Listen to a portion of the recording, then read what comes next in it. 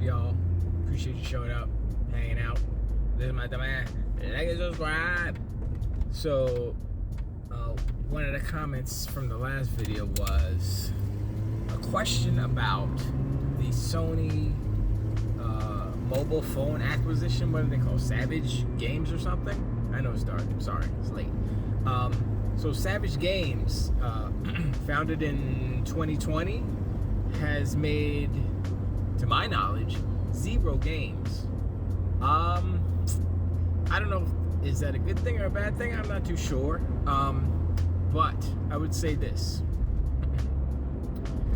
Right now, Sony is in panic mode, okay? They know that the Activision Blizzard King deal is about to go down, right? It's imminent. They're the only, they looked at the environment, they looked at the temperature in the room, and everybody was fine with it except for them. They were the lone standers. They were just there alone, all by themselves, and everybody else was like, yay, and they were the only nay. Anyway, so my thing is that I feel like this is their attempt at, I don't know if it's even a retaliation. I don't even know if it's that. It's like them trying to keep up with what Microsoft is doing. Because in this one deal, I mean, kind of minimizing it as that one deal, $70 billion deal is a big, huge deal. But what Microsoft is getting and what Phil Spencer has said, and this is the other thing. Phil Spencer did an interview with, I forget who it was, one of the major outlets.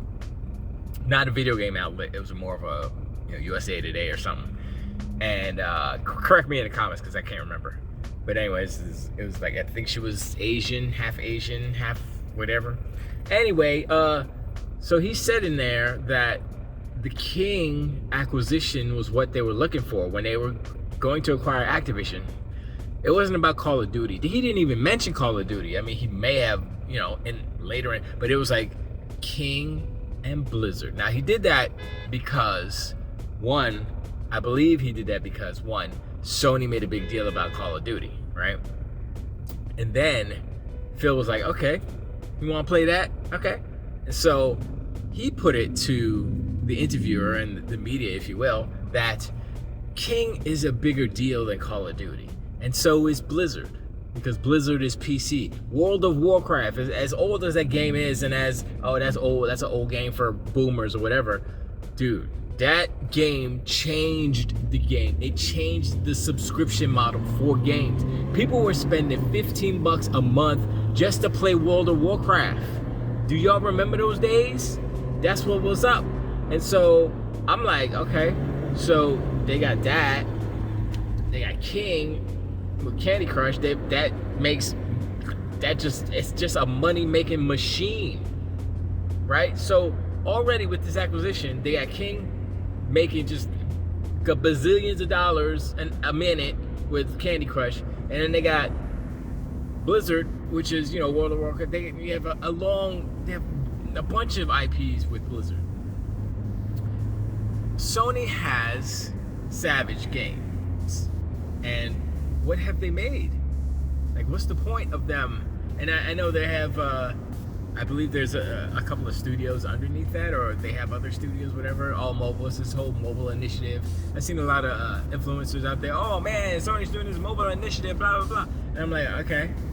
But they don't have the established IP and game already in place. They have to make one. That's a lot of things, a lot of problems with what Sony is doing. Their strategy is flawed because they actually have to make the games to usurp or to take over the place where King is. They have to make the King killer.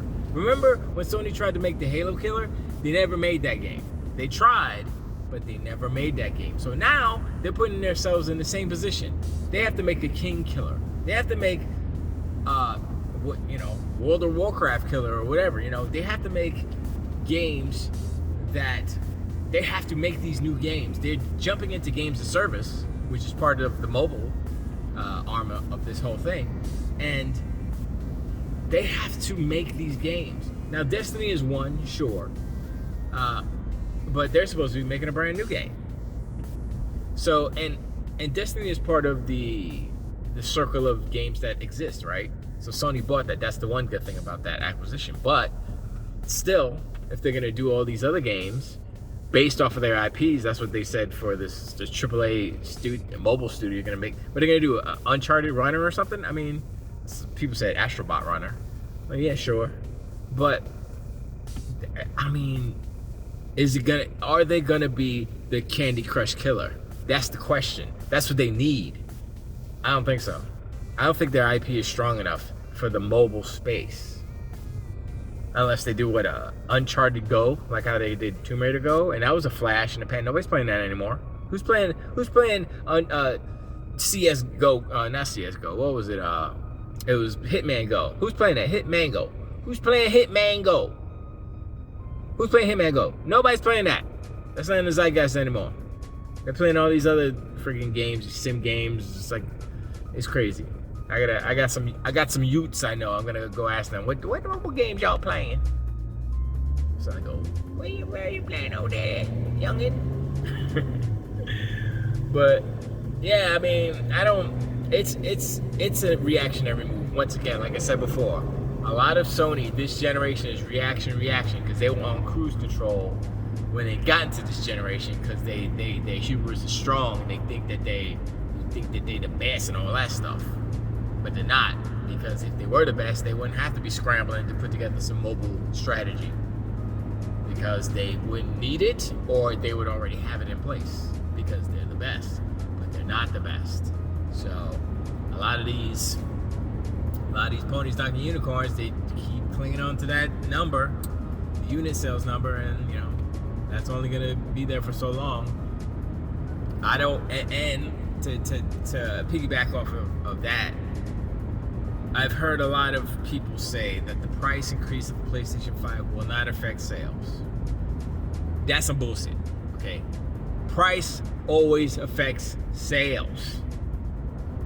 It just depends how big of an effect it has. Is it a 2%? Is it a 5%, 10%, 25% effect? Meaning 25% of the people who were going to buy a PlayStation 5 are no longer going to buy a PlayStation 5 because they're looking at the graphics card market and it crashed. So we're gonna have a bunch of, it's not even at the bottom yet. So we're gonna have a bunch of graphics cards. It's gonna be crazy. It's super spooky and dark right now. I'm sorry about that, but the whole graphics card thing, I'm waiting, because I'm probably gonna get me maybe a 3080. Definitely a 3070, but I was like, well, if I just jump it up and get a couple $100, you know what I'm saying? Get the 3080, then I'd be all right. You know, I don't want to go 39. I don't feel comfortable spending over $1,000 for a graphics card, and that's what they are still. You know, even though they're just barely under MSRP, I still don't feel no. And I'm not gaming. I'm just doing like Blender and stuff, so I don't need all that. You know, I'm rocking with an RX 480 right now. You know what I'm saying? My card is so old, but it still works. So. Yeah, so, you know, that whole thing is affecting people's decisions because it's like a perfect storm. Sony decides to put their games on PC. Like Spider-Man, Uncharted's gonna go, Last of Us, all these games are gonna go on PC because they want that money. And so they're like, okay, and then they raise the price of the PlayStation 5. And so people who are on the fence about PC or PlayStation are like, well, I should just get a PC because Spider-Man looks better on PC. And I'd rather spend the money there. You know, it's almost like that conspiracy theory that the one commenter said is actually true, and that they're kind of doing everything to sabotage the PlayStation 5. Jim Ryan, that is. And I'm like, I mean, if I was deep into conspiracy theories, I might start to believe it. Grammar. So yeah, it's super interesting. But as far as the acquisition, the mobile acquisition, it's just like we got to do something because they're gonna leave us behind like they left us behind with Game Pass. So they're trying to, I'm gonna say proactively, but it's a little too late for that. They should have been doing this from the jump. But you know. It's Sony is stuck on that, and the fact that they can't really afford to do what Microsoft's doing. And like, okay, another quick tangent. they put some more. I don't know how much money they put into From Software, them and Tencent, I believe. So they invested more. So I think Tencent gets 15%, Sony gets 14 something like that, and then Tencent has, FromSoft not Tencent. No, Tencent has 15, Sony has 14 and change, and FromSoft has the remainder 69 or something, whatever the math is on that. And so I was like, okay, all that means is that they get a little bit of money. As shareholders, as owning part of the company, they get a little bit of pling. So this is what happens when you don't have enough money to compete with Microsoft. You got to take your little coupons and you go out to, yo, can I get this coupon real quick so I can get a discount or some money back? Can I get a rebate?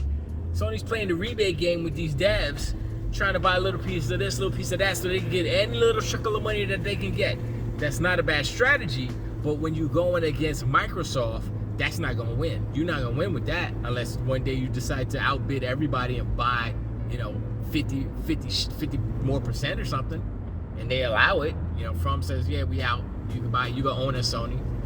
That's a different story. Then you'll get way more. You'll get your 64% or whatever it is. So, it's just, it seems like an act of desperation in order to still stay in the conversation. Or to give some positive news. It's like, oh, that seems so positive. Oh, snap, they're buying part of FromSoft. I was like, technically that's not untrue, but really, 14%? Okay, sure. That's like, what's that? That's what a manager gets, right?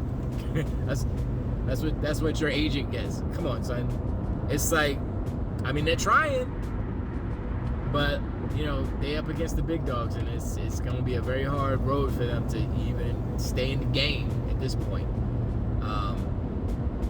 I'm going to say it's impossible for them to compete on the level that Microsoft is competing because they don't have the capital. It's plain black and white English. It's plain as day, plain as the sunlight hitting on the ocean.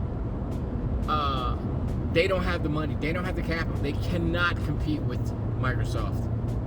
Think about what they would need to do, and then we'll end the video. They would have to create their own server farms, the Sony, the Play farms, whatever they call it, doesn't matter. Call it Verde, just to be opposite of Microsoft. Is that opposite? No, opposite of blue is red, right? So call it the Rojo servers. Rojo servers. Even though Azure is, I conflated it. So Azure is not, I don't think it's Spanish. Azul is Spanish for blue. So that's what I did. So, but anyway, it's called the Rojo. Anyway, that's the first thing they would have to do. And that took Microsoft like 10 years or so. So there you go. Second thing they would have to do is buy a whole bunch more studios to increase the capacity, to get that content up. Third thing they would have to do is change their mindset as far as content goes, because they need to create more content. If they're making all these giant games that take 5, 6, 7 years to make, they're never gonna, there'll be a niche product, a niche platform with these niche, very high polished content, high polished games, but that's like comparing an Academy Award winning film, usually a drama, a character drama in Hollywood, with a Marvel movie. Yes, the Marvel movies they spend a lot of money, yes, and they make a lot of money, but they have a well-oiled machine that makes these movies, and yes, it is easier to make a movie than it is a game. I'm gonna say that. And if y'all got a problem with that, then you're crazy, because movies can be made in 12 months if they wanted to, for real. Probably less. Actually, I think it's 12 months up to 18 months, depending. Anyway, bikers. Anyway, so Sony doesn't have. Well, they don't have the infrastructure. They don't have the plan. They kind of do, but it's not all there yet. They don't have Game Pass. they have their competitor that they said is a competitor. Just because they said it is a competitor, it's not a competitor. Nobody's talking about PlayStation Plus like it's a competitor. They made a big deal. Oh, look at this. They just dumped a whole bunch of games. Oh, that's really cool. Next, because nobody cares, because day and date doesn't exist there. And that's the main huge problem. They don't want to move on that, then that's their thing. But anyway, I appreciate you guys hanging out, showing up, and you know, I mean, every move that they make, pay attention. Every move that they make is either an answer to, or you know, just something it's not inspired from within Sony. It doesn't seem like it's a genuine, like, yo, this is what we want to do for video games. It's more like, okay, we need to make money. Let's buy a little bit of FromSoft. We need to make more money. Let's go into mobile games because mobile games make a lot of money. We want that king money. We need more money. Let's charge more for console. We need more money. Charge more for games. That's the first one. So a lot of the things that they're doing isn't really inspiring for gamers, and it's not inspired to be a haven or a more fruitful environment for gamers. That's not what Sony's doing. Sony is all about making money first and foremost, and you see it in their behavior, and you see it in their attitudes and what they say. Listen to what Jim Ryan says, and peel away all the CEO, speech and rhetoric and all that promotional stuff, words, and see what he says, and then look what they do. And it's just, the one reason why I don't like Sony, now I can compartmentalize Sony the corporation, PlayStation the company, versus the individual games that are made. Now, there are some issues with, like, say, The Last of Us Part 2 and certain things. I don't have a problem with any of the content per se, but,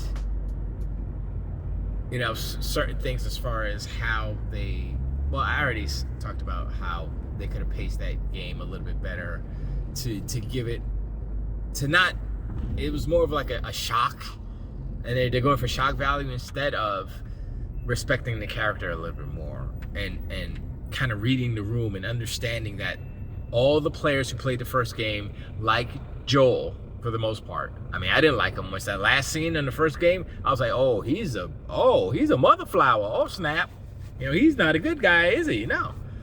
And so they should have massaged that a little bit better. They should have read the room there, and it feels a little pompous. It's like, I am the auteur of this game. So, I mean, you could do that if your name is Kojima. He spent decades creating this environment where people love his games because he doesn't treat the players like they're idiots.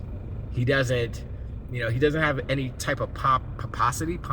Is that a word? He isn't pompous. You know, he's just a guy who has these ideas that wants to create, you know, just kind of unique experiences. Sony's not like Neil Druckmann. That's not them. They fired Amy Hennig off of The Last of Us 2. Neil Druckmann took over, and I'm like, what was wrong with? And I would say, arguably, the first game's better. It's written better. Written better, but, you know, as far as the plot and the story and everything, I think it's better. You know, it's about, you know, the father lost his daughter, and Ellie's the replacement, but then they're fighting. And so that's more compelling for dads out there and everything. The second game is a little gratuitous when it comes to certain scenes and all that stuff, and I'm like, okay, well, I mean, is that necessary? Is the motivation there? Yes, it is, for Abby, whatever her name is. But like I said, you know, you have to take into account the players that played the first game, who know the characters, and how you treat the characters that they know and love or hate, whatever, matters. And you also need to create a character in Abby, whatever her name is. You need to create a character where players care for that character. And the problem with that second game was they didn't really care that much for her. and it was because how she was introduced and what she did soon after she was introduced. And I mean, I'm not gonna spoil it. I could, because it's old. People already know. But it's just, I'm not even like a good writer. I don't consider myself a good writer. I can write. I'm not an idiot. I went to school. I graduated. But I'm like, why would you do it that? Why? You know? Well, whatever. It doesn't matter. Sorry for the tangent, but yeah, them getting the mobile studios, just I don't know. It's them trying to stay in the game, basically. They're trying to not get left behind. So appreciate you guys hanging out, showing up, listening to my dumb ass. I said that before. Like, subscribe, hit the comments up. Let me know if I missed anything. I'm pretty sure I did, but like I said, I read all the comments, and this is why I did this video, because I wanted to answer that question. And we're probably going to talk about it a little bit more, because there is definitely more to it just by saying, oh, you know, they're trying to stay in the game or whatever, stay relevant as far as all the moves that Microsoft is doing. But it is deeper than that, you know. So, you know, as the saga continues, and as they acquire more mobile studios and capacity, then we'll see, you know, what they're doing, and also what games they're making. You know, if they make a bunch of games based off of their IPs and they flop and they're hot trash garbage and they're mobile phone games, okay, that was a waste. You know, I mean, yeah, you have to try to get into that market and make a banger for cell phones. But the whole point of that is just to make money. You know, that's what it's the easiest, it's the lowest barrier of entry as far as cost. When you have like you have a smaller studio, as far as cost to make the game, they're smaller, and you make like the most money. So it would be, I don't understand why they didn't do it sooner. It doesn't make any sense. And now they're doing it because Microsoft's about to buy the biggest IP and company / studio out there, and they're getting threatened. Sony's getting threatened on so many different fronts right now, except for, I guess, VR. But who? Yeah, okay. I mean, that's like, you know, it's niche, so nobody. But anyway, I'm done. I'm rambling. My bad. But yeah, I'll talk to you the next time. It's dark. It turned darker, and yeah, and comments. Haha. All right. Anyway, to the way.